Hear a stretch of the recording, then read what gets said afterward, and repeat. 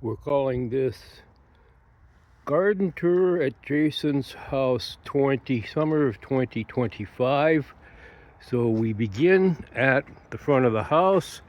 This is my parking, the camper, the house, the front garden that I've been working on a little bit. Built this garden piece here last year, just with the wood and stuff. Then I got this small garden here, a boundary between the properties, and I built this over the last couple years. All that deck back there, all that deck is built over the last couple years with heavy timbers, big lumber, and I want to add to this basement entry an addition. That's why the hole kind of in the wood is there, and this is all going to be continued wooden sidewalk to match up with this wooden sidewalk that I was able to do last year, and build all this with big deals on lumber that I was able to find. And here I've got a stack of leftover lumber, and we got bushes the neighbor cut down when they moved in 2-3 years ago. They cut down all the trees that they had in their yard. Same with this neighbor on this side. He cut down all his trees and made the whole front yard pavement.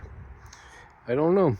So here we go. I just put this together. I'm using a hockey net frame to put wire there, because in that container are beans that I just planted 2 weeks ago, 1.5 weeks ago. The reason for the tarp is it's been raining steadily for days and days. We're having very heavy, unusual rains here, and so it overwatered this thing, and so I needed to lessen the water getting in. This is just a temporary, not exactly greenhouse, sort of. It was planted a little early. I moved the plants out from my grow tent and then my living room, and then out here early. We had a cool wet spring as well.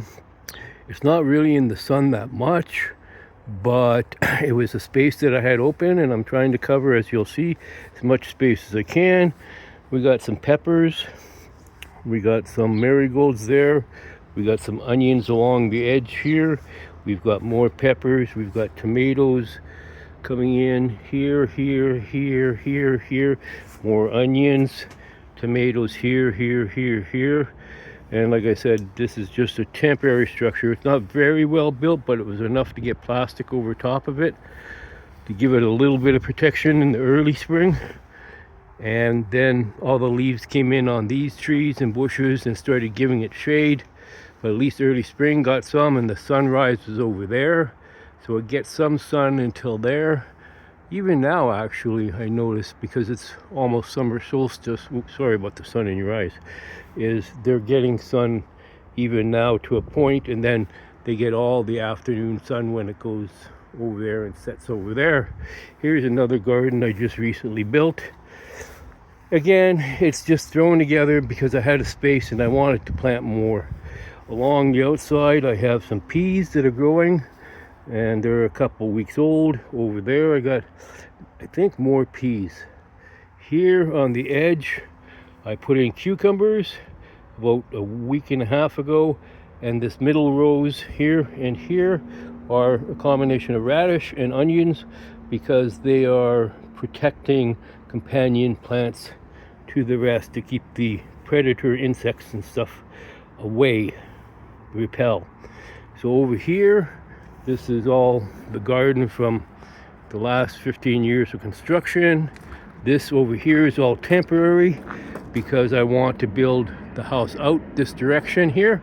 So I didn't put anything too serious, but I had to make a temporary deck here, which I've got more tomatoes, more tomatoes, more tomatoes, more tomatoes, more tomatoes, some dill. Oh, I love this dill. Oh, I love the smell of dill. Just stick your face. Smell that? Oh, that smells so good. I love dill. It smells good, doesn't it? Anyhow, I've got some small pots here and there. I've got more tomatoes up there, house plant. I got some garlic that I planted last week, just coming in there. I've got a whole row of tomatoes along the house here, right? And in here, I got some carrots coming in that thing there, marigolds there, more tomatoes, more carrots, more tomatoes, another pepper, marigolds, peppers with carrots mixed in, with carrots mixed in here, with carrots mixed in here, peppers and carrots, peppers and carrots, peppers. See, peppers, there's somewhere, there's a pepper. Red peppers and mixed sweet peppers and hot peppers.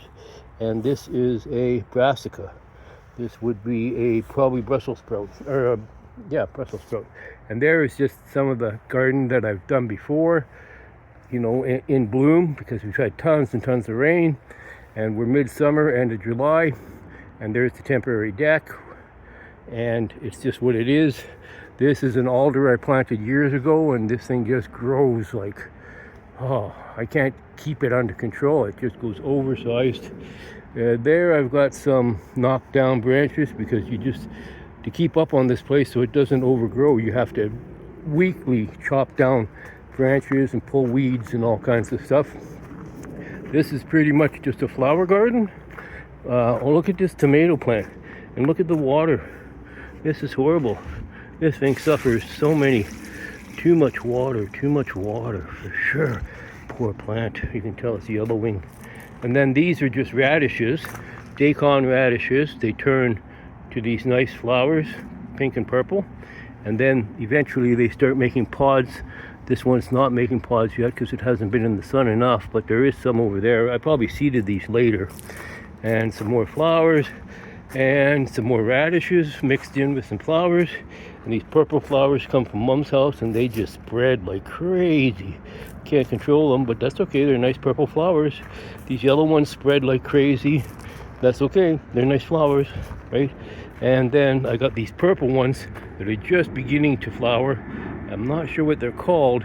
Man, they're prolific. They just take over. You can't control them hardly anything, man.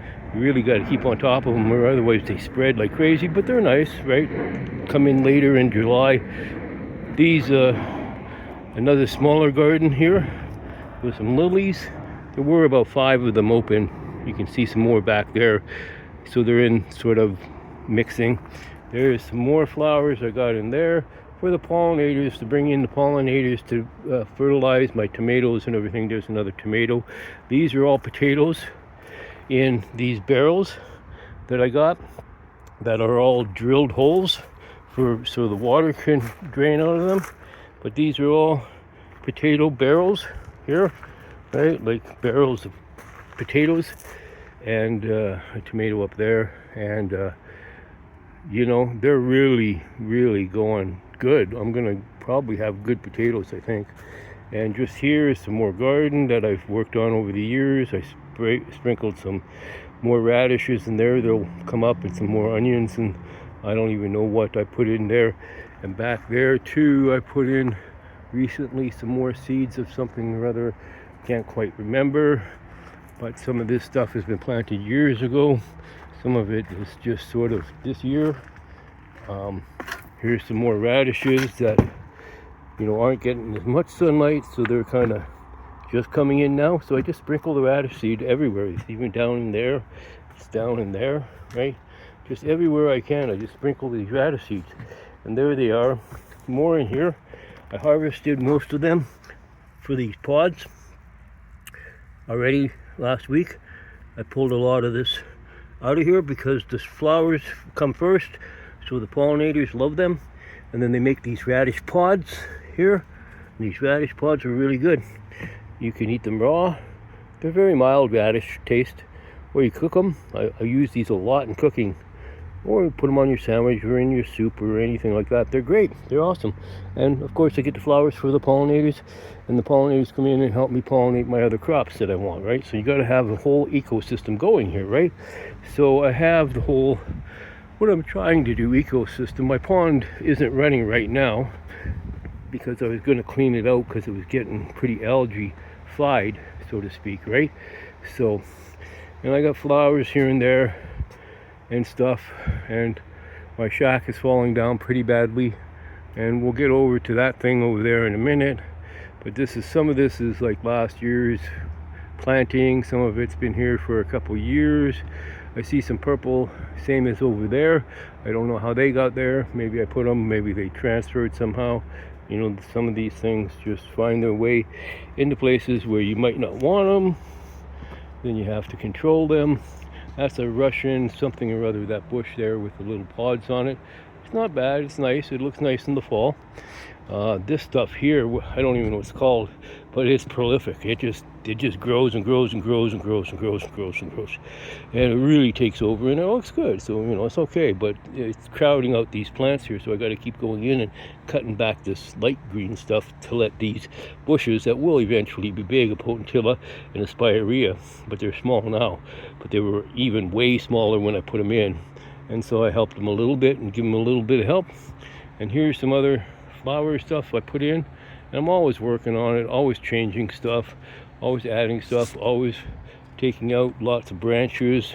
Again, lots of branches, tons of branches that I just cut off that tree, because I don't want the bottom of that tree to be shading out all of my other stuff, right? Especially on that side over there. So I'm trying to give light. Maybe I need to back up a little bit here, but I'm trying to give light to everything. So I'm managing it continuously, because I sort of am in deep, I think, with my gardening. And then over here we have the greenhouse I built. Not a greenhouse, really. I'm using shade cloth, but the reason why I'm using shade cloth is, and I gotta finish putting shade cloth across the back and the front, is that these are brassicas over here. And over here, these are brassicas, and the moths like to lay their eggs on the brassica and then ruin your brassica. So that tent over there we're going to, and this one here, are supposed to be fully enclosed in netting. So I better get on that today or tomorrow, because they're getting big enough that the moths, and I saw a moth over there, not so bad this year. Last year they were bad. They're probably still going to come yet this year. So I got to enclose this so the moths. And in the middle of radishes, and I went in and thinned them last week, but now they're still going ballistic. So there's always lots of catching up. Some carrots down there, some carrots there, some carrots over there. Not getting quite as much sun over on that side, so that's why this stuff over there is a little bit slower. Oh yeah, I got this stuff over here that I got covered up because of the rain, trying to slow down the amount of rain. Look, it's full of water, and I need to take this off of here to give these guys some breathing room now that the rain is not going to come back for a week, they say, but I bet we're going to have some thunder showers. So those are some nice bushes, but they're really prickly. Planted them a long time ago. Same with those green ones on the back. I planted them a long time ago when I built that fence. Oh yeah, I put up that black stuff on top of the fence there last year, all the way to the front that way. So you know, that's about the extent of my construction skills. You know, that's considered high construction for me. But anyhow, ran out of money to buy more black lattice to do all down here, right to this. I got to take down that shack, rebuild it and stuff. So, and fence at the back, you see like a chain link there, which is not, you know, it's temporary. You got to get to it, but money, money, money. So one thing at a time. So I'm just showing you around and making a record in case I want to show anybody. If it goes up for sale in the winter, then at least I got a video to show people what's going on around here in the summer. But it should only be sold to somebody who's prepared to put in at least 10 hours a week in the garden to keep it under control. Because if you let this thing get out of control, it's just going to be a mess. And I'll tell you about this in a second, but I'll spin over here. And I built this little area. See, I dug this out for the basement window a couple of years back, and built this thing, a big cutout kind of thing. And then here I got some mint, right? That's really nice and smelly too. Here, smell it. I'll shake it. Oh, isn't that strong? Wasn't that nice? A little smell of mint for you. I love mint. And there's mint over there. Mint grows like crazy. You have to keep it under control. Here I hate, it bothers me so much to see these, what we call weeds. I just see that, oh, I got a flower with the weed. Didn't mean to, but I got the weed out of there, so I think I got enough flowers to spare. That'll be a big bush, this light green one, yellowy green one. That'll be a bush. Got a wasp problem under my pool or my pond. I found that we have big wasp's nest under there. I was trying to dig at it, but they're there. And I don't want to come in here and do much while they're here. And then we got a bit of flowers that are just green but coming in, some lilies, some other flowers over there, some stuff I planted. See, this is a big hole down in there, right? But all my downspouts from that side of the house, my downspout from this side of the house, all run underground, and they run into this hole here, you see, and that they dump water from the roof. I keep all my water, and it dumps into there, and then when it gets up to the top, there's a pipe that runs through here, and you can't see it now because of all the rocks that I knocked down trying to get to the wasp nest. See, there's the wasps, right? They're angry. So it dumps into this area underneath this big pool, and it fills up, and then it saturates into the ground, and it feeds the other plants, trees mainly, right around this area. So keep the ground saturated, create a nice ecosystem where you have bugs and you have flowers and you have a lot of bird food, like this tree going ballistic with its berries now. So you want to feed the birds. I get lots of birds, and during migration season, fall and spring, I get some strange kind of birds that I don't normally see. See, there's another weed. I wanted the whole thing. There we go. See, you gotta keep up on these things, right? Of course, you lose a bunch of dirt with it, but that's okay.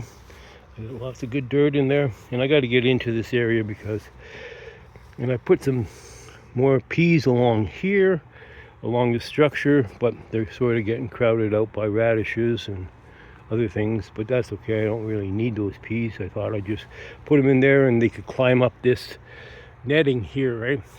This structure, it was just quickly thrown together late in the summer, and it's not very well built per se because the pipes that I used were too narrow a diameter, and I couldn't afford to buy the good stuff. It's pretty expensive, but I can replace it. The structure is here. I can easily replace that pipe there that's holding this thing up, which is only really holding up the net anyhow.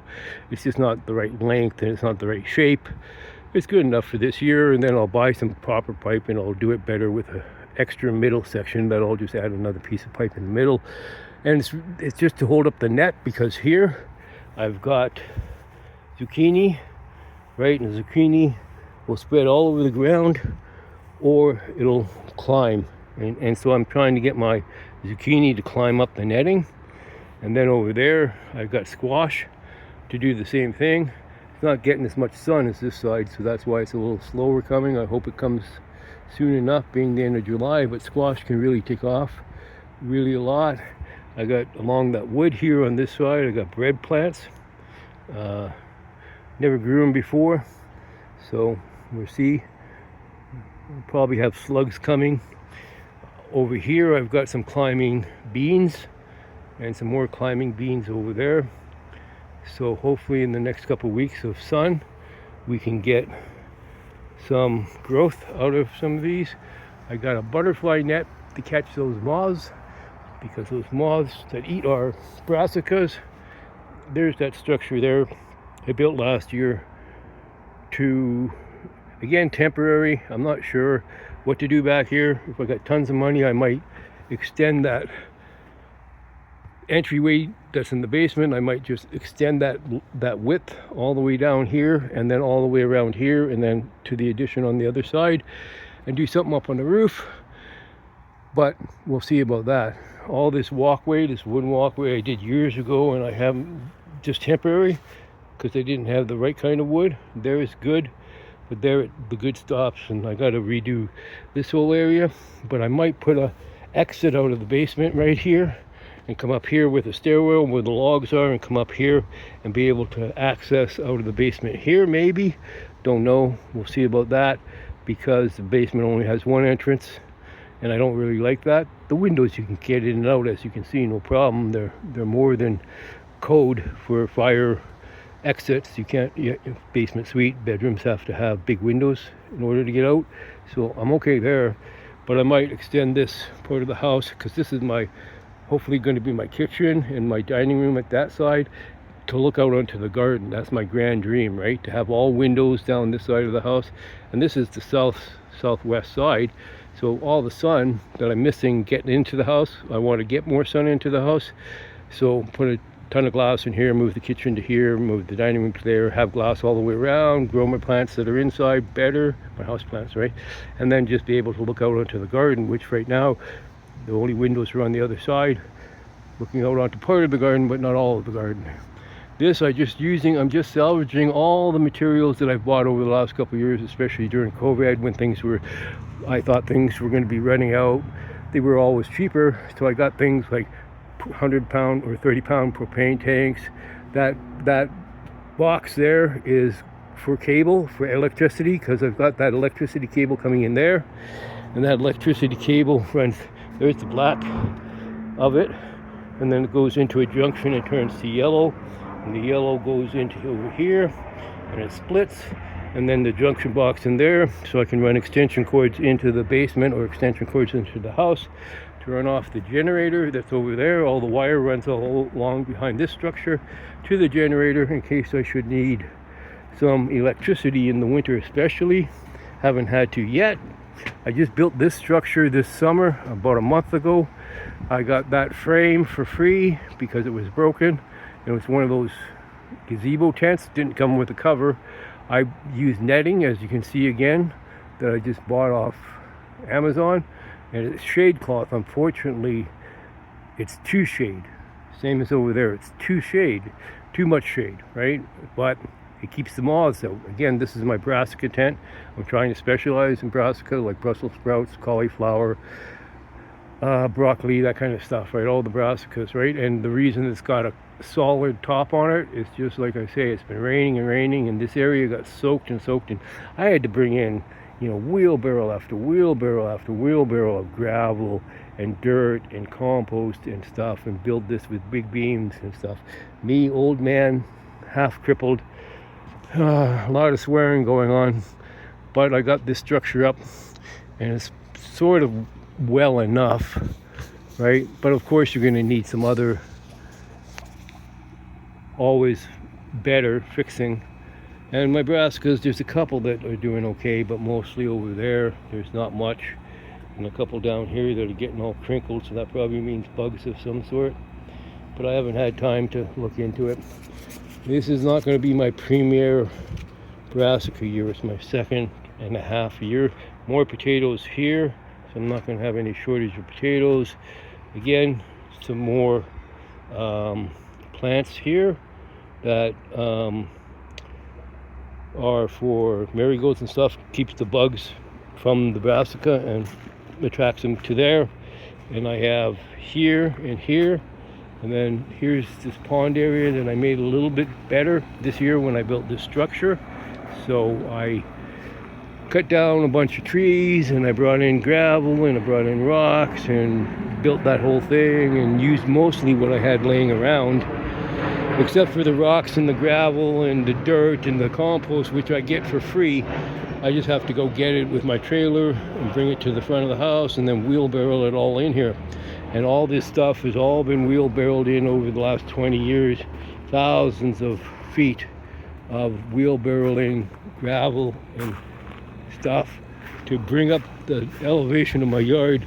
You can't really see there, but his yard's down a couple feet from mine because when they built these places 40 years ago, they didn't put in swales between, and so the property sunk down. It was graded to drain back to front, but pretty flat, and then it sunk in the back, so we had water all back here all the time. So I had to build up my yard. You can kind of see that their yard is down from my yard a couple feet, because, and that's temporary. Like I said, this is all going to be rebuilt. All this needs to be rebuilt. It's pretty bad. And of course, there's always lots of stuff to do, picking up of and weeding and just all this stuff is my collection of materials, which is getting just into this area. It's my surplus area that I'm still using, the woods and the plastics and stuff that I get for free. Or there's another gazebo kind of frame there that I got for like $5 or something off the internet, so I can maybe put that somewhere. I grabbed it because I just, when I'm building, I just look at what I got and I figure out how to put it together and build that. Well, that I bought the plastic, right? But this thing here was almost for free. The netting I paid 30 or 40 bucks for. That one, same thing. Just use what I got around and figure it out. And I kind of like doing that. I mean, surprisingly, I'm not a didn't think I was a construction kind of guy.